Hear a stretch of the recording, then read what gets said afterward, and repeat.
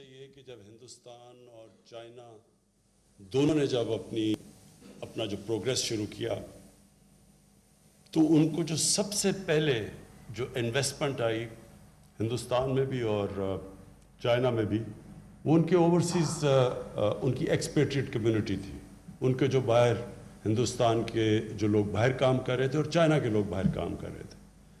تو ہم نے جس طرح اس ٹیلنٹ کو ہمیں جو اثاثے کو پاکستان میں جس طرح ہمیں ان کو لانا چاہیے تھا اور ان نیشن بلڈنگ میں جس طرح انہوں نے ہماری مدد کرنی تھی وہ بدقسمتی سے ابھی تک نہیں ہوئی.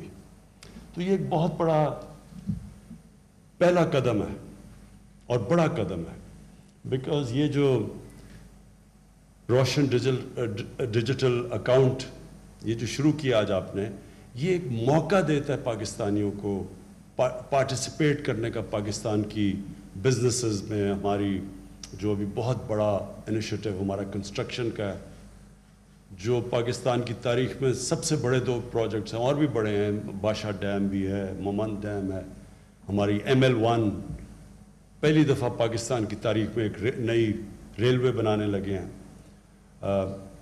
جو 2 نئے شہر بنا رہے ہیں, ایک بنڈل آئلینڈ سندھ کے اندر اور دوسرا راوی سٹی لاہور میں. یہ بہت میگا پروجیکٹس ہیں. ان سب میں ہمیں اوورسیز پاکستانی کو ہم نے پارٹیسپیٹ کروانا ہے, انہوں نے شرکت کرنی ہے اس میں. ابھی حفیظ نے آپ کو بتایا کہ پاکستان کے چیلنجز کیا تھے. چیلنجز پاکستان کے سب سے بڑے یہ ہے کہ ہمارے اتنے قرضے چڑھے ہیں کہ ہم جتنا بھی پیسہ اکٹھا کرتے ہیں تقریباً آدھا چلا جاتا ہے قرضوں کی قسطوں کے اوپر. تو جو ملک کے لیے پیسہ بچتا ہے وہ کافی نہیں ہے. تو اس کا صرف ایک ہی طریقہ ہے کہ ہم ویلتھ کریشن کریں. ہم اپنی ملک کے اندر اکنامک ایکٹیویٹی اتنی کریں کہ ہمارے پاس پیسہ اتنا آ جائے کہ ہم یہ قرضے واپس کر سکیں.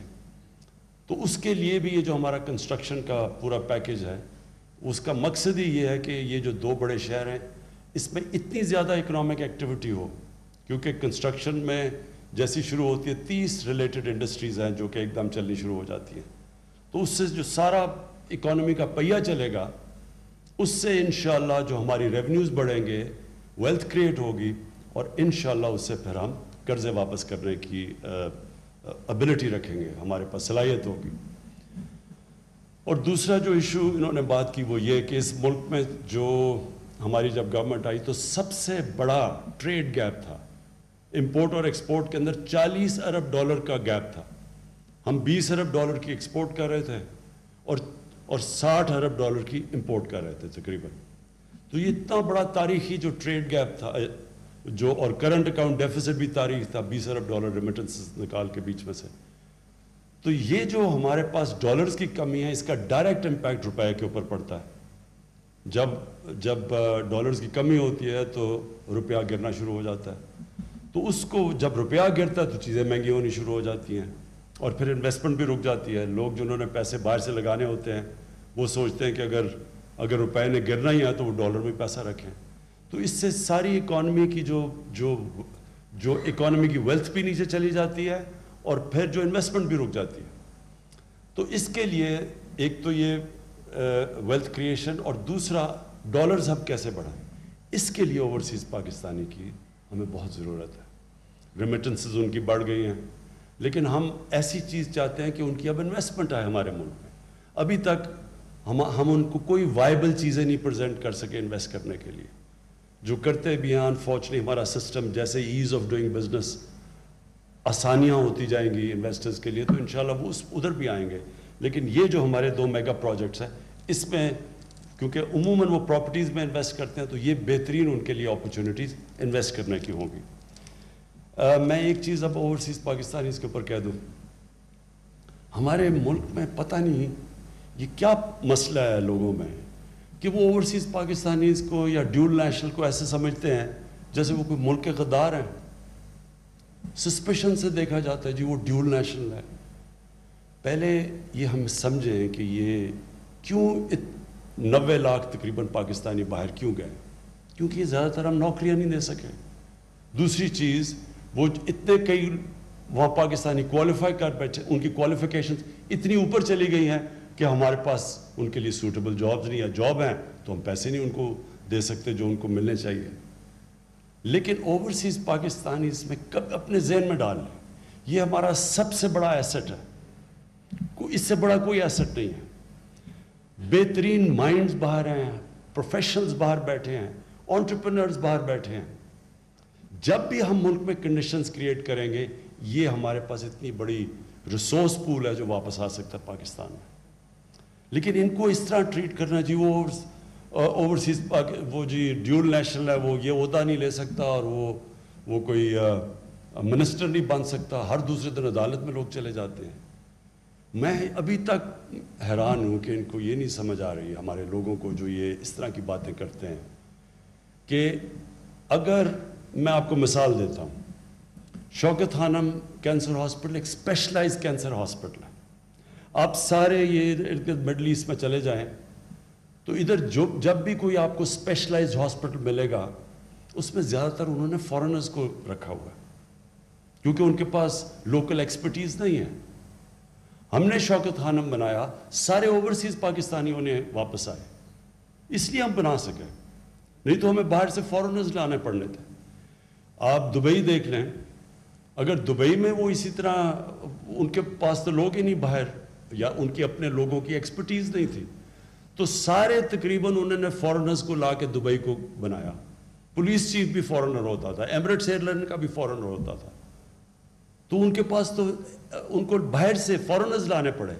ہمارے پاس تو ایک ریسورس پول بیٹھا ہوا ہے, اس کو ہم جب چاہیں ان میں سے لوگوں کو ٹیپ کر سکتے ہیں. صرف کنڈیشنز کریٹ کرنی ہیں تاکہ وہ واپس آ سکیں. ہمارے لیے ان کے لیے آسانیاں پیدا کرنی ہیں. اور یہ جو لوگ یہاں بیٹھے بڑے ان کو شک سے دیکھتے ہیں, میں آپ کو یقین دلاتا ہوں کہ جتنے پیٹریوٹک باہر پاکستانی بیٹھے ہوئے ہیں شاید ہمارے ملک میں نہیں ہیں. اس کی وجہ ہے, اور اس کی وجہ ہے ان کو باہر بیٹھ کے احساس ہوتا ہے کہ آپ کا ملک کتنا امپورٹنٹ ہے. اسلاموفوبیا ہوتا ہے, جب باہر اسلاموفوبیا تو ان کو احساس ہوتا ہے کہ ہمارے ملک میں ہم پھر سکتے ہیں جیسے مرضی, ہمیں کوئی کچھ کہے گا نہیں. تو کیونکہ میرا تو زیادہ انٹریکشن ہے اوورسیز پاکستانی سے, کرکٹ کھیلتا تھا باہر, تو ادھر ان سے میں انٹریکٹ کرتا تھا. تو میں یہ صرف ایک یہ ہمیشہ مجھے عجیب لگتا ہے ہمارے ملک میں جب ہم ریئلائز نہیں کر رہے کہ کتنا بڑا ٹیلنٹ ہے اور کتنی بڑی ریسورس ہے. ٹیلنٹ بھی ہے, ریسورس بھی ہے. تو یہ جو پہلا قدم اور بڑا قدم اٹھایا روشن ڈیجیٹل اکاؤنٹس کھول کے, یہ اس کا انشاءاللہ آپ دیکھیں گے کہ بہت بڑا ہمیں فائدہ ہوگا. جو دوسرا پرابلم میں نے آپ کو بتایا کہ ہمارے ڈالر زیادہ باہر جاتے ہیں, ملک میں کم آتے ہیں, تو یہ جب تک ہماری ایکسپورٹس نہیں بڑھتی, ایکسپورٹس کو ہم انسینٹیفائز کر رہے ہیں, ایکسپورٹس بڑھنی شروع ہو گئی ہیں.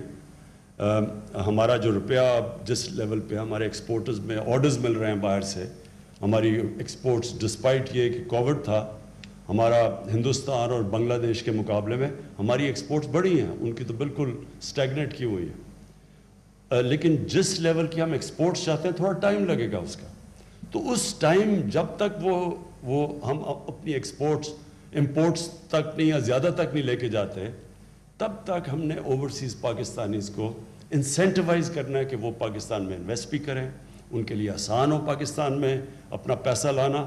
اور جس طرح رضا باقر نے کہا, اگر وہ باہر بھی نکالنا چاہتے ہیں, واپس لانا چاہتے ہیں, تو وہ بھی ان کے لیے آسان ہو. تو یہ بڑا اچھا فرسٹ اسٹیپ لیا آپ نے, اور انشاءاللہ مجھے یہ امید ہے کہ ہم اب ان کو یہ جو اپنے بڑے میگا پروجیکٹس ہیں, ویسے بھی ہماری ہاؤسنگ کے ہم نے جو انسینٹیوز دیے ہیں ہاؤسنگ میں, وہ بھی ہاؤسنگ بوم شروع ہو گئی ہے پاکستان میں, کنسٹرکشن بوم شروع ہو گئی ہے. اور یہ جو ہمارا نیا پاکستان کا یہ جو ہم نے افورڈیبل غریبوں کے لیے, وہ طبقہ جو آج تک کبھی گھر نہیں بنا سکتا تھا, ان کو جو ہم نے اب انسینٹیوز دیے ہیں سیلریڈ کلاس کو, تو ہم سمجھتے ہیں کہ اس سے بہت بڑی ایک کنسٹرکشن کی بوم آ رہی ہے. اور اس میں مجھے پتہ ہے کہ سب سے زیادہ ابھی جو ہمارے اوورسیز پاکستان ہیں کسی بھی سیکٹر میں وہ آتے ہیں انویسٹ کرنے کے لیے, وہ ہاؤسنگ ہے, ریل اسٹیٹ ہے. اور یہ ایک اور انشاءاللہ یہ جو ہمارا 2 میگا سٹیز کی طرف ہم جا رہے ہیں, ان کو یہ بھی موقع مل جائے گا. تو پھر سے میں آپ کو, رضا آپ کو اور حفیظ آپ کو, آپ کے اکنامک تھنک ٹینک کو سب کو میں مبارک دیتا ہوں، یہ بہت بڑا آپ نے پہلا قدم اٹھایا، شکریہ۔ اسلام آباد میں روشن ڈیجیٹل اکاؤنٹ کی افتتاحی تقریب سے وزیر اعظم عمران خان خطاب کر رہے تھے۔ انہوں نے کہا کہ اوورسیز پاکستانی ہمارا سب سے بڑا اثاثہ ہے۔ روشن ڈیجیٹل اکاؤنٹ اوورسیز پاکستانیوں کے لیے بہترین موقع ہے۔